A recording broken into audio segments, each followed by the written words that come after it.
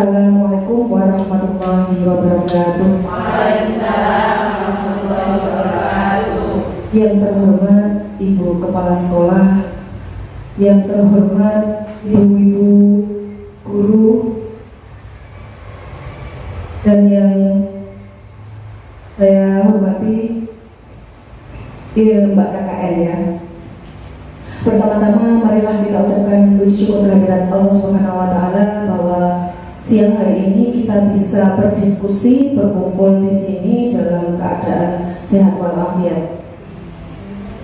Tak lupa sholawat serta salam akan tetap tercurahkan kepada junjungan kita Nabi besar Muhammad SAW yang kelak syafaatnya akan kita nantikan di akhir zaman. Ibu-ibu, di sini kita sharing saja, untuk hari ini kegiatan kita adalah kita memaparkan tentang budaya positif. Jadi budaya positif ini nanti akan kita bawa ke lembaga kita masing-masing, begitu ya.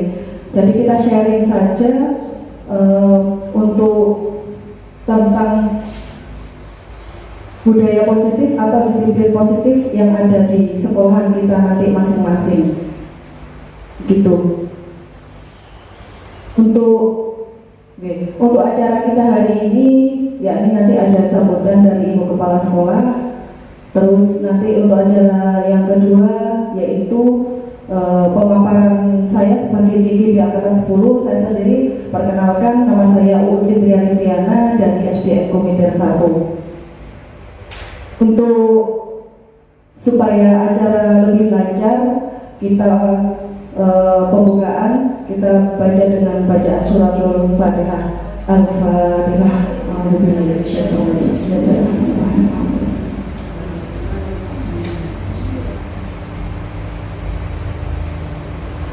Terima kasih disampaikan. Untuk acara kedua yakni sambutan dari Ibu Kepala Sekolah, kepada beliau dipersilakan.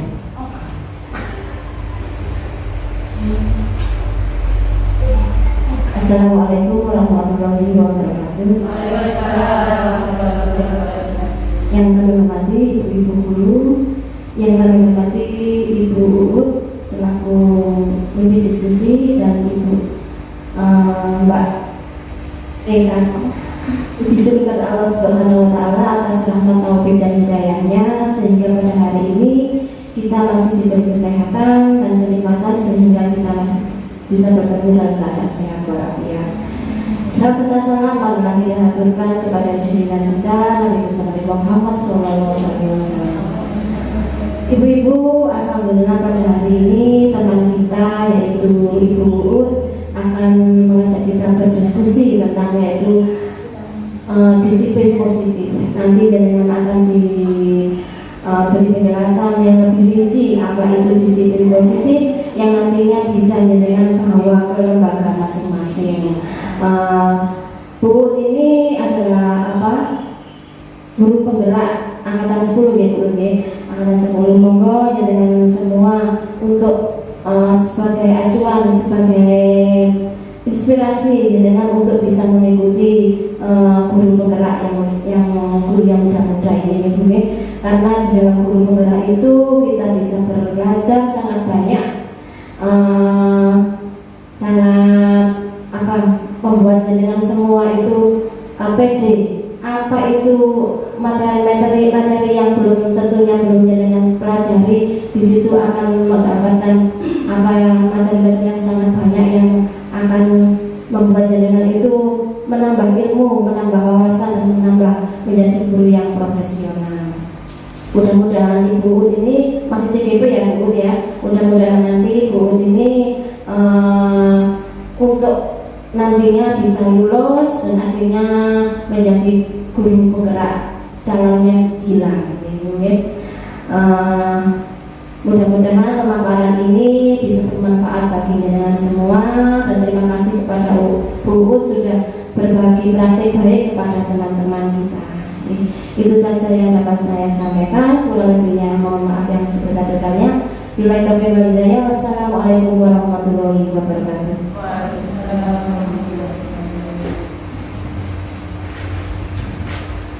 Terima kasih atas sambutan dari Ibu Kepala Sekolah yang luar biasa, yang bisa menginspirasi saya sejauh ini menjadi CGP Angkatan 10. Ibu-ibu, di sini kita sharing mawon ya, sharing tentang disiplin positif atau budaya positif. Jadi memang budaya positif itu memang harus kita bawa di lembaga kita masing-masing. Apalagi kalau misalkan di sekolah TK, kalau TK biasanya anak-anaknya lebih aktif, nah gitu. Jadi ini nanti saya akan pemaparan, nanti bisa ibu-ibu bisa tanya jawab, monggo. Nanti misalkan unek-unek yang ada di sekolahan panjenengan seperti apa, kita sharing-sharing mawon di sini, gitu ya.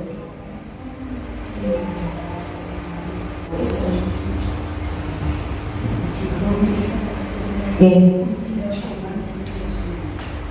Jadi saya di sini perkenalkan, nama saya Uut Indra Listiana. Saya dari SDN Bumika 1 CGP Angkatan 10 kelas 147A. Jadi di sini saya akan memaparkan tentang budaya positif. Jadi ini nanti kita sharing-sharing mawon. Saya ingin budaya positif ini nanti bisa diaplikasikan, ya, diimplementasikan ke dalam lembaga panjenengan sedaya. Jadi ini tentang disiplin positif. Jadi di sini saya diseminasi budaya positif. Apa itu diseminasi? Jadi diseminasi itu adalah penyebarluasan informasi. Itu bahasa kerennya. Diseminasi itu bahasa kerennya. Penyebarluasan informasi budaya tentang budaya positif, begitu.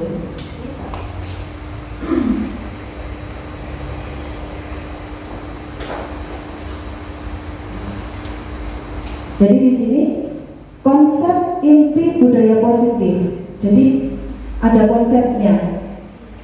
Terdiri dari perubahan paradigma positif. Terus ada disiplin positif. Jadi budaya positif ini terdiri dari perubahan paradigma positif, disiplin positif, ada nilai-nilai kebajikan, ada kebutuhan dasar manusia, ada motivasi perilaku manusia, ada posisi kontrol guru, ada keyakinan kelas, ada segitiga restitusi. Nanti kita jabarkan semuanya lewat slide selanjutnya.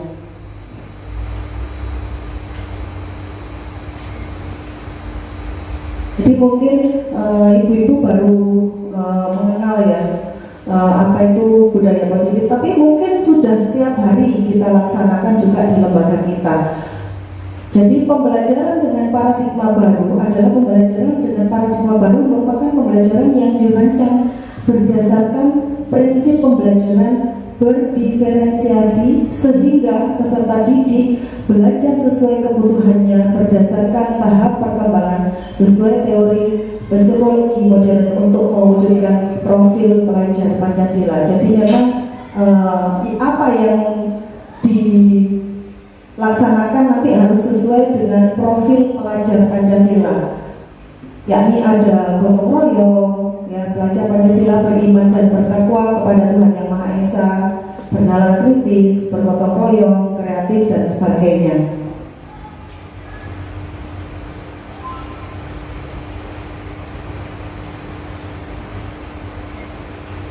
Terus untuk budaya positif ini, itu kita harus tahu tentang teori kontrol ini. Jadi seperti ini ya, seperti ini. Ilusi guru mengontrol murid.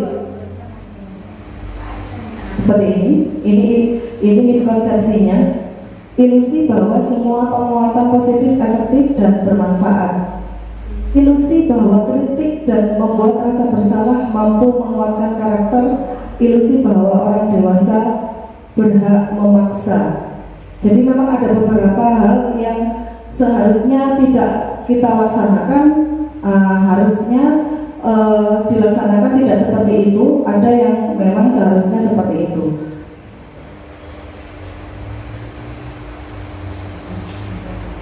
begini, kalau untuk inklusi bahwa semua penguatan positif, efektif dan bermanfaat ini bisa dilaksanakan. Kalau untuk membuat rasa bersalah ini sepertinya bukan membuat rasa bersalah ya. Seharusnya itu memberikan murid itu menyadari dirinya, diberi penguatan. Oh, bahwa hal seperti ini itu salah. Ya, intinya memberikan penguatan kepada murid kalau misalkan murid itu melakukan sebuah kesalahan.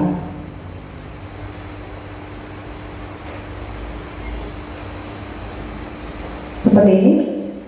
Jadi kita merubah paradigma stimulus respon ke pendekatan teori kontrol. Jadi misalkan realitas kebutuhan kita sama, teori kontrolnya tentang dunia, realitas kebutuhan kita berbeda. Jadi memang kenyataannya tiap murid itu tidak sama. Pasti akan kebutuhannya pasti akan berbeda-beda. Murid A dengan B pasti tidak akan sama. Semua orang melihat hal yang sama, setiap orang memiliki gambaran yang berbeda. Itu yang baru ya, ini yang untuk teori kontrol tentang dunia. Ini yang baru. Kita mencoba mengubah orang agar berpandangan sama dengan kita. Ini kalau misalkan kita menjadi orang yang egois ya. Tapi seharusnya kita berusaha memahami pandangan orang lain tentang dunia. Mencoba untuk memahami orang lain, termasuk anak didik kita. Kalau yang salah, perilaku buruk dilihat sebagai suatu kesalahan. Itu biasanya anak-anak kita langsung kita justice ya. Kamu bersalah, tidak bisa seperti itu. Tapi seharusnya semua perilaku memiliki tujuan. Kenapa anak itu melakukan kesalahan itu? Gitu kita lihat dulu. Terus orang lain bisa mengontrol saya. Itu salah. Hanya Anda yang bisa mengontrol diri Anda. Jadi memang diri kita sendirilah yang punya kontrol tentang diri kita. Saya bisa mengontrol orang lain. Anda tidak bisa mengontrol orang lain. Jadi itu tadi tetap memberikan sebuah penguatan untuk menyadarkan murid kita gitu. Pemaksaan ada pada saat bujukan gagal. Kolaborasi dan konsensus menciptakan pilihan-pilihan baru. Lebih tepatnya memang enak untuk melaksanakan budaya positif ini memang kolaborasi dengan Bapak Ibu wali murid ya. Soalnya memang untuk menciptakan budaya positif, sikap anak yang baik itu memang kita harus kerjasama dengan ibu-ibu wali murid begitu. Tidak hanya kehidupan di dalam sekolahan saja, tapi kehidupan di rumah juga harus kita pantau. Terus model berpikir menang atau kalah, ini salah. Model berpikir menang dan menang. Jadi memang ini yang harus kita terapkan. Seperti ini. Disiplin positif. Ya ini biasanya pasti tiap orang, tiap guru itu pasti selalu ingin anak didiknya menjadi peserta didik yang selalu positif, disiplin ya. Kadang kalau misalkan datang tidak tepat waktu, kira-kira responnya bagaimana? Ibu-ibu? Marah nggih. Nah, biasanya kan seperti itu nggih. Marah tanpa melihat alasan anak tersebut kenapa kok datangnya terlambat. Pasti begitu. Langsung menjasis, kamu kok gini seperti itu. Padahal itu sebenarnya tidak boleh. Disiplin berasal dari kata disiplina yang artinya belajar. Disiplin mengacu pada disiplin diri yang memiliki tanggung jawab terhadap apa yang dilakukannya berdasarkan nilai-nilai yang diyakini. Disiplin positif merupakan salah satu cara penerapan disiplin yang bertujuan untuk menumbuhkan kesadaran serta memberdayakan peserta didik tanpa imbalan penghargaan reward, ancaman atau hukuman. Jadi memang disiplin positif ini sangat perlu sekali ya kita jadikan budaya positif yang ada di sekolahan kita. Sebagai pendidik, tujuan kita adalah menciptakan peserta didik yang memiliki disiplin diri sehingga mereka berperilaku mengacu kepada nilai-nilai kebajikan universal dan memiliki motivasi intrinsik dalam perubahan perilaku ke arah yang lebih baik.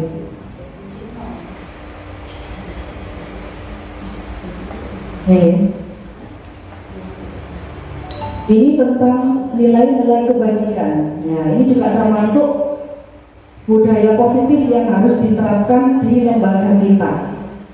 Nilai-nilai yang disepakati bersama lepas dari suku bangsa, agama, bahasa maupun latar belakangnya, memang tidak membeda-bedakan. Contoh nilai kebajikan institusi atau organisasi. Jadi ini ada institusi termasuk dari profil pelajar Pancasila dan dari organisasi. Untuk pelajar profil pelajar Pancasila ini pasti ibu-ibu sudah ngerti semua ya. Coba Niku ada lagunya, kita nyanyi bersama-sama saja. Biasanya kalau ibu guru TK ini senang bernyanyi, saya ajak bernyanyi saja. Coba profil pelajar Pancasila Bu, lagunya seperti apa? Kalau di SD itu biasanya pelajar Pancasila beriman dan bertakwa pada Tuhan Yang Esa dan berakhlak mulia, berkebinekaan global, gotong royong mandiri, kreatif dan bernalar kritis. Kalau di SD seperti itu. Kalau di TK seperti apa nih? Coba satu monggo dipraktekkan buat untuk nyemangati teman-teman.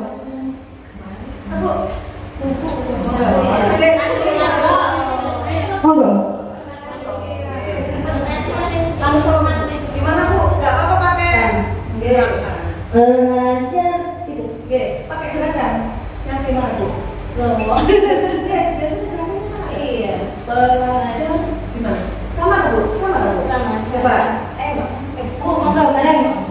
Belajar Pancasila, beriman dan bertakwa pada Tuhan Yang Esa dan berakhlak mulia, berkebinekaan global, gotong royong mandiri, kreatif dan bernalar kritis. Terima kasih. Bu Sinta Bu. Terima kasih. Itu nilai kebajikan termasuk budaya positif yang harus kita terapkan dalam kehidupan kita sehari-hari. Kalau untuk secara organisasi itu bisa dari toleransi, rasa hormat, integritas, mandiri, menghargai, antusias, empati, keingintahuan, kreativitas, kerjasama, percaya diri, dan komitmen. Sebenarnya ini masih banyak sekali Bu, cuman ini hanya beberapa saja yang saya tuliskan. Terus organisasi yang lain, 9 pilar karakter Indonesia, cinta Tuhan dan segenap ciptaannya, pada dasarnya sama dengan profil pelajar Pancasila. Kemandirian dan tanggung jawab, kejujuran, amanah, diplomatis, hormat dan santun, dermawan, suka menolong dan gotong royong, percaya diri, kreatif dan pekerja keras, kepemimpinan dan keadilan, baik dan rendah hati, toleransi, kedamaian dan kesatuan. Nah, nilai-nilai kebajikan ini harus kita terapkan di lembaga kita masing-masing, begitu nggih? Nah, ini saya bicara tentang kebutuhan dasar manusia. Jadi kebutuhan manusia adalah segala sesuatu yang dibutuhkan oleh manusia untuk mempertahankan keseimbangan kondisi fisiologis dan psikologis yang bertujuan untuk mempertahankan kehidupan dan kesehatan.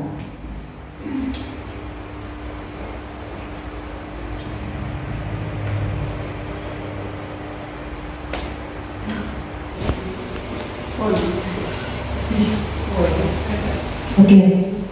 Jadi ini 5 kebutuhan dasar manusia. Pasti setiap manusia itu pasti punya kebutuhan dasar yang harus dicukupi. Ya, ini menurut Dr. William Glasser. Jadi 5 kebutuhan dasar manusia ini termasuk ada penguasaan, bertahan hidup, kasih sayang dan rasa, diterima, kesenangan, kebebasan. Jadi 5 kebutuhan dasar manusia ini itu wajib dicukupi. Kalau misalkan kelima ini tidak tercukupi, biasanya itu akan berpengaruh terhadap lingkungan sekitar, kehidupan sehari-hari dia. Misalkan gini, kasih sayang dan rasa yang diterima. Tidak adanya kasih sayang dari orang tua misalkan, pasti di sekolahan biasanya begitu. Pasti itu kayak apa ya? Anak tersebut itu kayak minta perhatian, betul. Minta perhatian, caper, entah itu ada saja yang dilakukan gitu. Makanya memang 5 kebutuhan dasar manusia ini memang wajib tercukupi kalau bisa.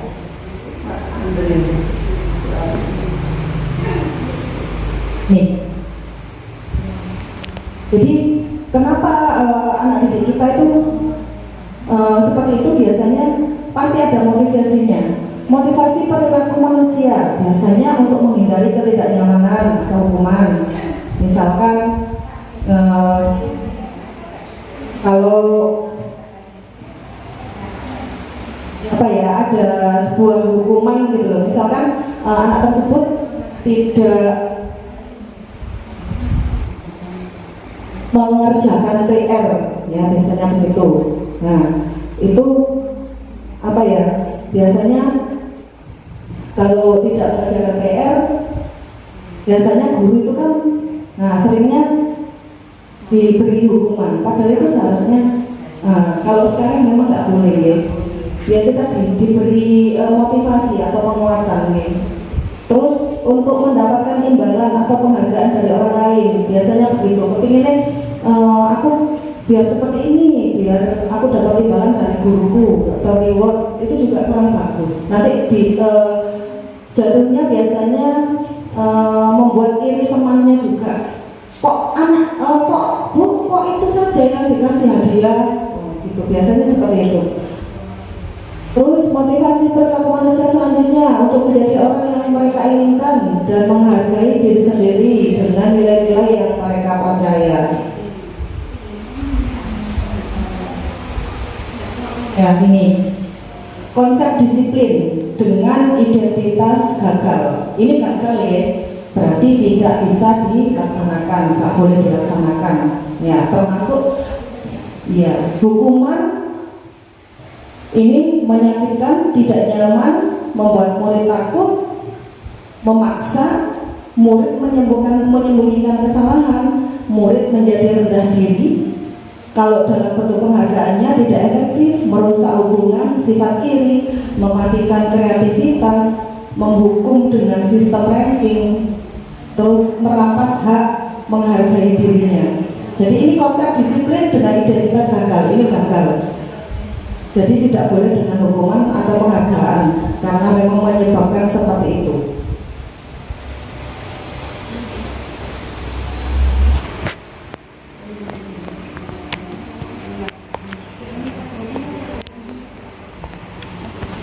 Nah ini adalah konsep disiplin dengan identitas yang sukses.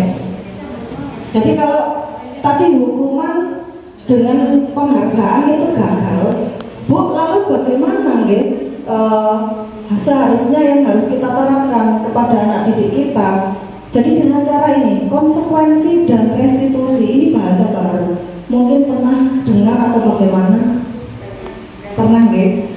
Jadi untuk ini, konsekuensi itu penguatan jangka pendek, perlu monitoring berkelanjutan. Ya, jadi kenapa kok anak itu melakukan seperti itu? Kita cari dulu. Stimulus respon, murid menghormati peraturan, terus kehilangan waktu untuk merenungi kesalahan. Tapi yang paling bagus itu pakai restitusi.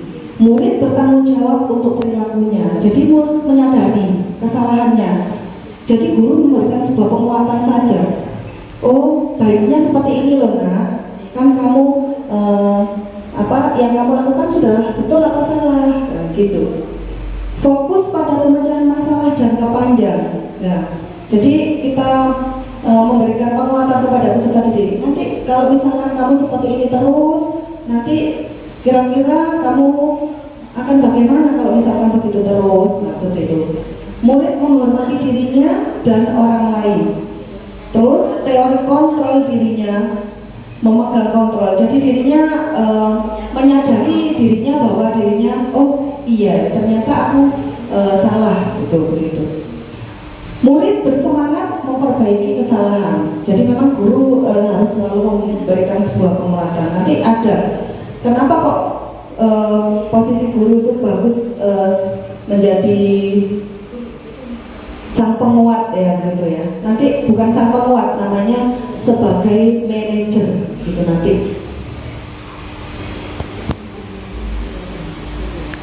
Nah seperti ini.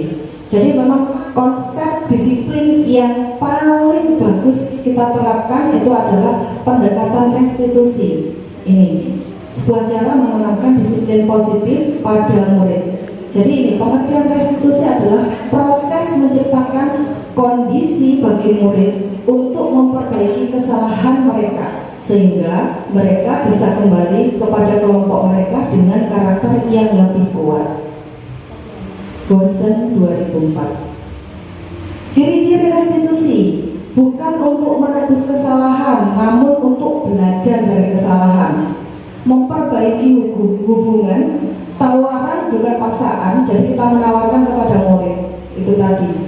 Restitusi menuntun untuk melihat ke dalam diri. Restitusi mencari kebutuhan dasar yang mendasari tindakan. Restitusi diri adalah cara yang paling baik.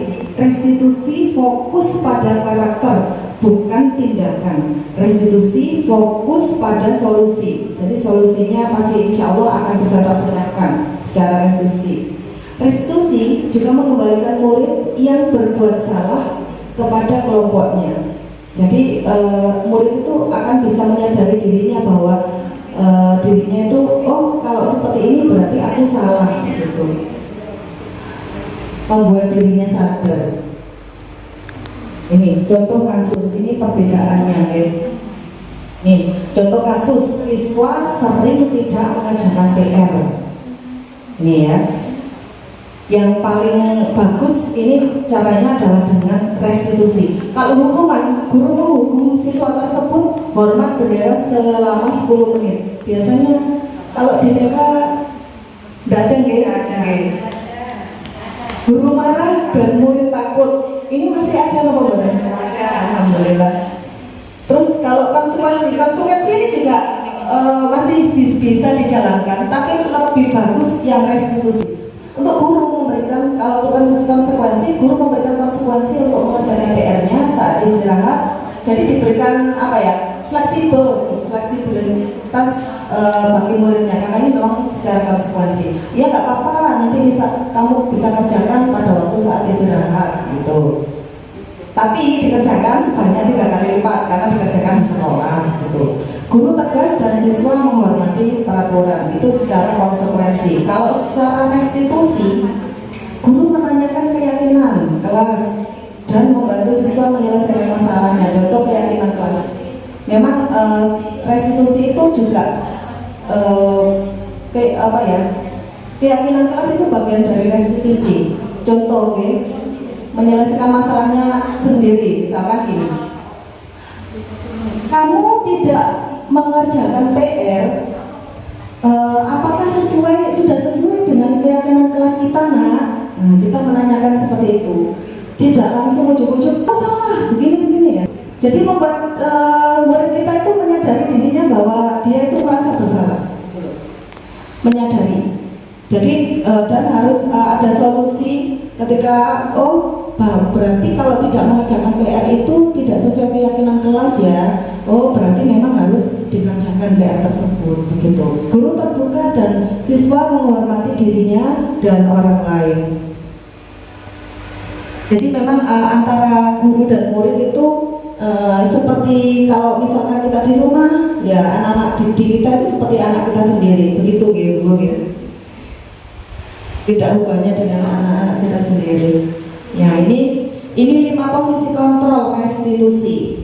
Ya kira-kira panjenengan sebagai maunya di 5 posisi kontrol restitusi ini sebagai apa kira-kira? yang biasanya panjenengan lakukan? Ya, paling tidak menjadi pemantau memang. Kalau memang belum bisa menjadi manajer, paling tidak menjadi pemantau, paling tidak. Itu yang harus kita lakukan. Kalau penghukum janganlah gitu. Kalau sekarang kalau jadi penghukum, aduh luar biasa ini nanti, ke depannya,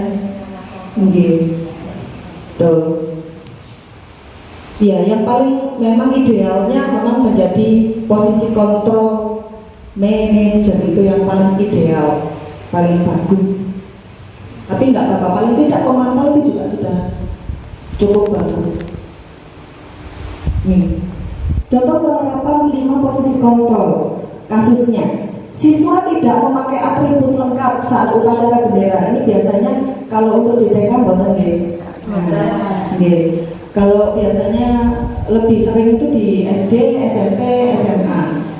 Ya, kalau misalkan posisi kontrol kita sebagai penghukum, pasti gurunya patuhi aturan sekolah, lalu berdiri di depan barisan. Ya, biasanya seperti itu. Pasti agak tegas gitu ya omongannya. Tapi kalau posisi pemantau, kamu sudah melanggar, apa peraturan dan konsekuensinya, lebih santun lagi. Kalau sebagai teman, ayolah yang tertib, buat Bu Guru bangga. Kali ini tidak apa-apa, kamu salah, lain waktu jangan diulang kembali. Itu sebagai teman. Kalau pembuat rasa bersalah, berapa kali Bu Guru harus memberitahu kamu, nak, Bu Guru kecewa sama kamu. Kalau sebagai manajer, apakah kamu tahu kesalahan kamu, nak? Kira-kira bagaimana kamu akan memperbaiki kesalahan ini? Nah, guru lebih cocok memang menjadi sosok manajer, lebih memberikan penguatan kepada siswa untuk menyadari kesalahannya. Ya, ini. Ya, jadi ini bagian dari restitusi tadi, membuat keyakinan kelas. Jadi keyakinan kelas, kesepakatan kelas biasanya, kesepakatan kelas itu biasanya memang bagian dari keyakinan kelas. Mengapa keyakinan kelas? Mengapa tidak peraturan kelas? Jadi peraturan kelas itu juga sama, bagian dari keyakinan kelas. Mengapa kita memiliki peraturan tentang penggunaan helm pada saat mengendarai kendaraan roda 2? Mengapa kita memiliki peraturan tentang menggunakan masker dan mencuci tangan setiap saat? Ini contoh saja keyakinan kelasnya. Nah, ini bagaimana pembentukan keyakinan kelas? Ini salah satunya. Keyakinan kelas dibentuk lebih abstrak daripada peraturan, berupa pernyataan universal, dibuat dalam bentuk positif, sedikit saja biar mudah diingat, dapat diterapkan di kelas, bersedia meninjau kembali keyakinan kelas dari waktu ke waktu. Contoh misalkan tentang datang tepat waktu, itu nggak apa-apa, bisa dimasukkan keyakinan kelas. Semua warga kelas hendaknya ikut berkontribusi dalam pembuatan keyakinan kelas. Jadi memang keyakinan kelas ini itu kita lewat diskusi ya ibu-ibu, tidak serta-merta langsung ada keyakinan kelas. Kamu harus mentaati ini, enggak. Jadi kita diskusikan sama murid-murid kita, anak didik kita. Ini cara paling bagus menyelesaikan kalau anak didik kita punya masalah atau problem. Kita caranya adalah dengan segitiga restitusi. Ya, segitiga, namanya segitiga berarti ada tiga hal yang harus dilakukan. Yang pertama adalah menstabilkan identitas. Menstabilkan identitas itu apa? Kita semua akan melakukan hal yang terbaik yang bisa kita lakukan. Validasi tindakan yang salah. Semua perilaku memiliki alasan. Jadi kita menanyakan kenapa anak tersebut, kenapa kamu datang terlambat, nak? Itu ditanyakan. Jadi kita validasi tindakan yang salah tersebut.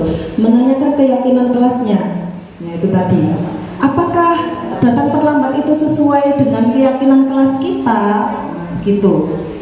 Jadi seperti itu. Jadi memang penerapan segitiga restitusi ini sangat sekali harus dilaksanakan, karena ini adalah bagian dari budaya positif yang harus dilaksanakan di lembaga kita. Jadi tidak langsung anak tersebut diberikan hukuman, gitu ya. Nah ini seperti ini, kegiatan membuat keyakinan kelas. Guru bersama siswa membuat keyakinan kelas. Seperti ini, kita diskusikan dulu tentang peraturan-peraturan yang ada. Terus yang kedua, menyusun peraturan menjadi sebuah keyakinan. Kita susun, anak-anak disuruh menulis di sticky note atau mungkin kertas boleh. Terus anak-anak kita suruh menempelkan di kertas manila seperti itu. Jadi ini ya, kegiatan membuat keyakinan kelas. Kalau di TK biasanya ada keyakinan kelas, ada nggih? Biasanya seperti ini Bu, kalau Bu membuat keyakinan kelas. Nggih? Bu. Kalau di TK, Bu, itu tidak se-ekstrim dengan SD ya, karena TK itu kan literasinya, membacanya kan masih belum 100%. Jadi kita itu awal tahun atau di tengah-tengah kita itu kita mendiskusikan dengan teman-teman, dengan anak-anak. Itu kita bercerita dulu kalau terlambat, apa efeknya kalau terlambat. Pokoknya kita menentukan keyakinan kelas yaitu datang tepat waktu. Itu kita bercerita dulu. Nah, jadi anak-anak kalau datang terlambat itu tidak baik ya. Tidak baik Bu, berarti itu kan perbuatan yang jelek. Nah, itu kita masukkan ke keyakinan kelas, datang tepat waktu. Ya, makanya kalau makan waktu pembelajaran, makan itu kan juga tidak boleh. Itu kita menyampaikan diskusinya ya tidak seperti di SD, kita ya sambil bercerita, memberi pengarahan kepada anak-anak itu, gitu Bu. Ya. Terima kasih Bu. Oke, jadi memang berarti penerapan di TK, di SD, di SMP, di SMA juga pasti berbeda-beda ya Ibu-ibu ya. Tidak sama. Kalau memang di TK itu untuk lebih ditekankan ke calistung ya. Lebih masih belum ya. Kalau sekarang buatan? Oh, tapi tidak begitu ya.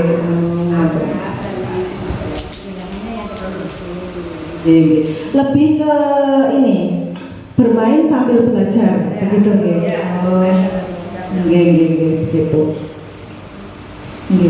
Memang di setiap lembaga itu memang berbeda-beda ya cara penanganan untuk membuat keyakinan kelas ini sendiri ya. Kalau untuk di TK memang soalnya anak-anaknya masih banyak yang kurang bisa literasi, masih belajar ya. Seperti itu.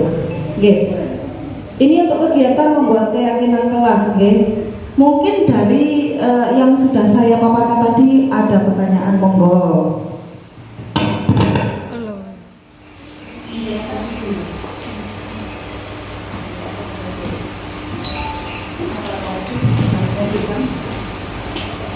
Assalamualaikum warahmatullahi wabarakatuh. Saya mau bertanya tentang tadi ada kan teori kontrol. Teori kontrol yang bagaimana yang paling ideal untuk kita terapkan sebagai guru kita. Masih. Terima kasih. Ibu Sinten Bu? Oke, Ibu Ari. Jadi memang teori kontrol yang paling ideal banget itu memang sebagai manajer ini tadi ya.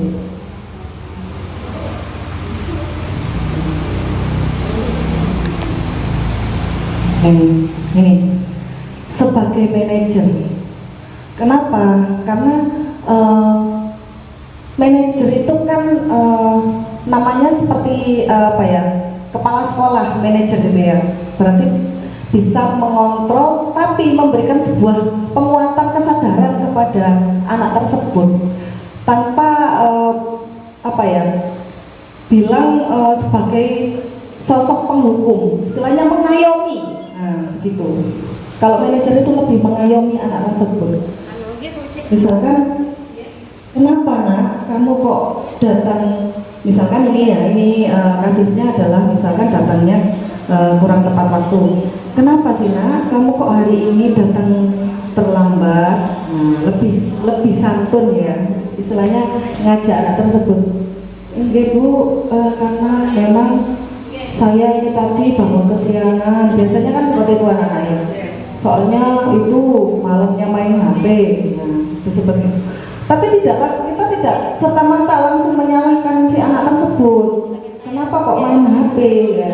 Kita rembukan dulu. Nah, makanya dibutuhkan tadi kolaborasi dengan wali murid. Gitu ya. Dibutuhkan kolaborasi dengan wali murid. Kalau misalkan kalau di TK mungkin kasusnya nggak terlalu berat banget ya. Kalau di SD, SMP, SMA lumayan, ya. Untuk tingkat kasusnya. Kalau di TK saya kira juga nggak terlalu berat-berat banget ya, Bu ya. Jadi memang posisi manajer itu lebih sangat ideal dibutuhkan ketika kita menghadapi murid, gitu. Jadi memberikan membuat rasa nyaman kepada anak tersebut, terus bisa menyadari bahwa dirinya, oh iya bu, memang berarti saya salah ya, besok tidak akan saya ulangi lagi ya bu, gitu. Jadi posisi manajer ini memang sangat ideal sekali, gitu bu. Mungkin ada pertanyaan lagi bu, monggo.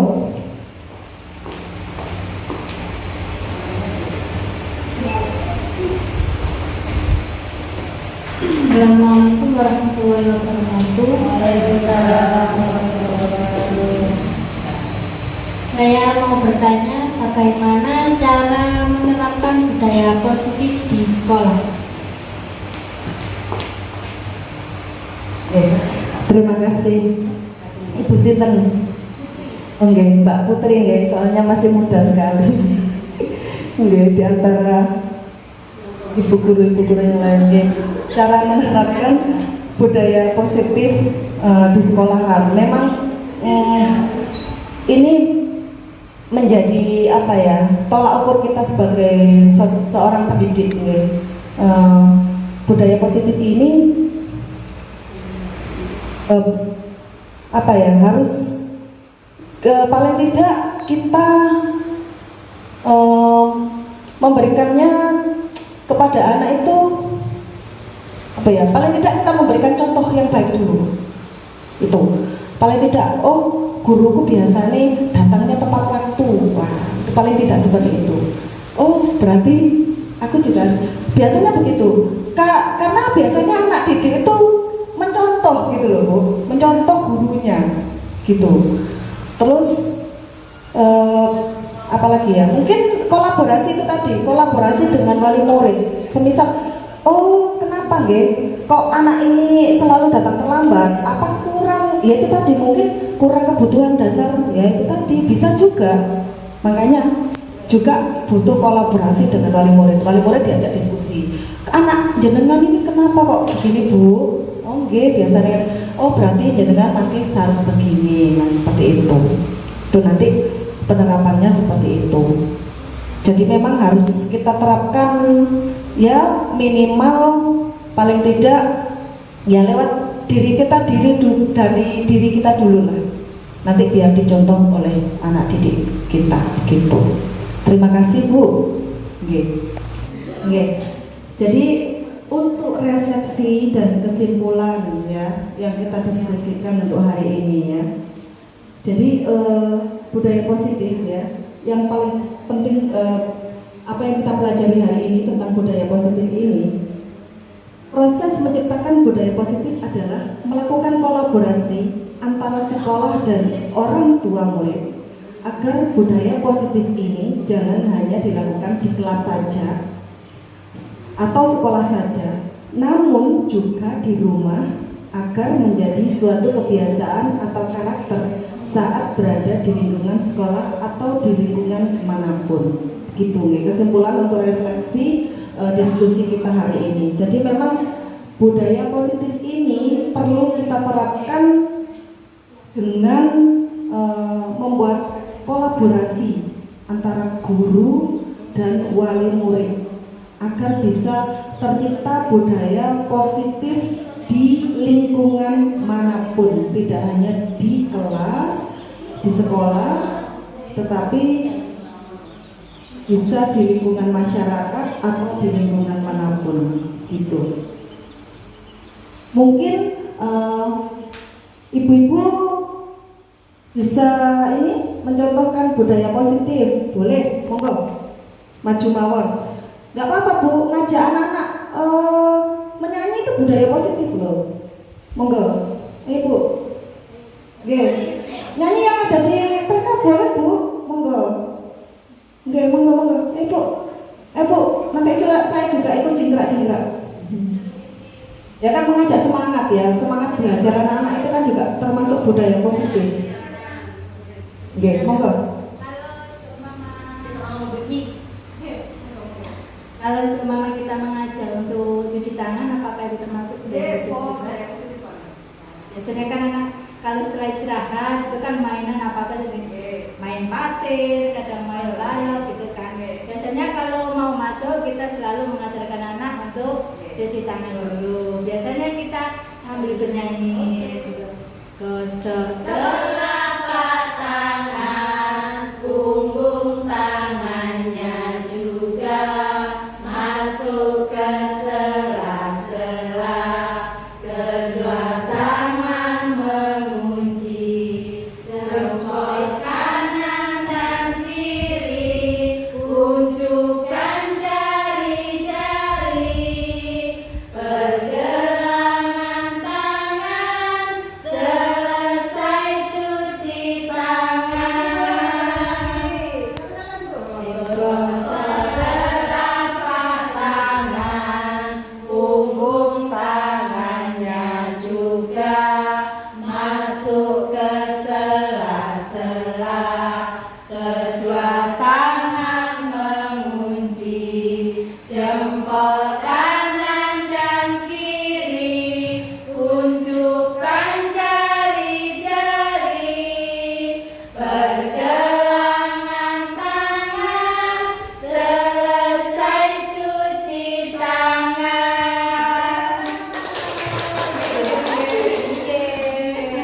Terima kasih Bu. Itu juga termasuk budaya positif, nggih. Nggih, alhamdulillah. Berarti memang budaya positif ini harus kita terapkan dalam jangka waktu ke depan, nggih. Pokoknya tiap hari harus kita terapkan budaya positif yang ada di sekolah kita. Kalau kita di lingkungan masyarakat, ya di lingkungan masyarakat kita. Oke, demikian yang bisa saya paparkan untuk hari ini. Diskusi kita hari ini sudah selesai sampai sini. Terima kasih atas waktunya, nggih, Ibu-ibu, nggih. Matur nuwun sanget, nggih. Kurang lebihnya saya mohon maaf. Wassalamualaikum warahmatullahi wabarakatuh. Ini saya membuat kerajinan bunga dari kulit jagung.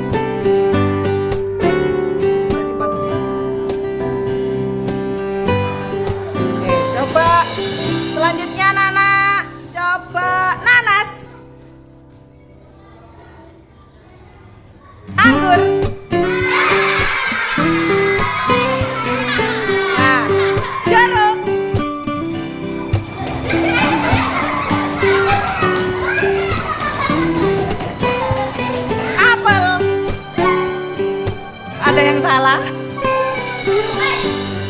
Anggur.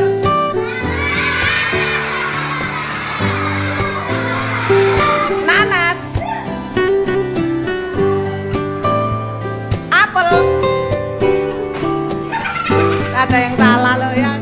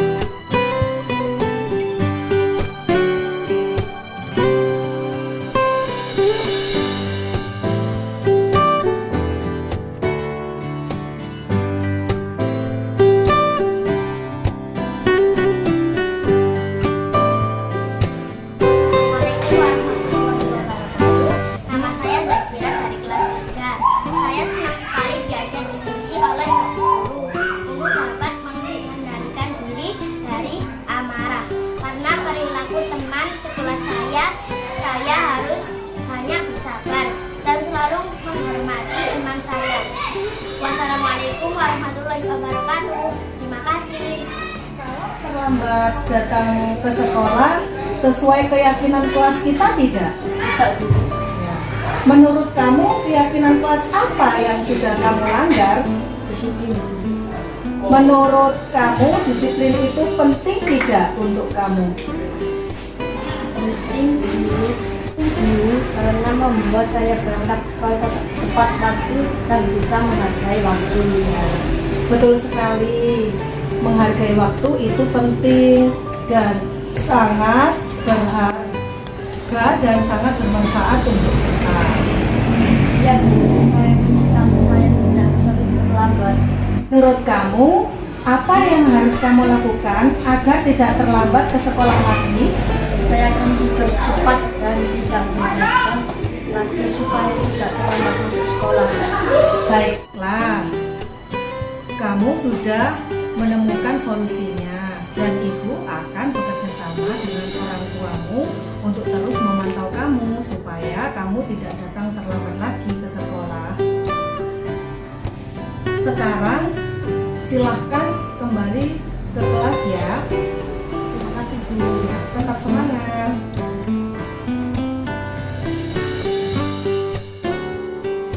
Assalamualaikum warahmatullahi wabarakatuh. Nama saya Fanu dari kelas 6. Saya senang sekali diajak diskusi oleh ibu guru. Kedepannya saya tidak akan begadang lagi bermain HP supaya saya tidak terlambat masuk sekolah lagi. Terima kasih. Assalamualaikum warahmatullahi wabarakatuh.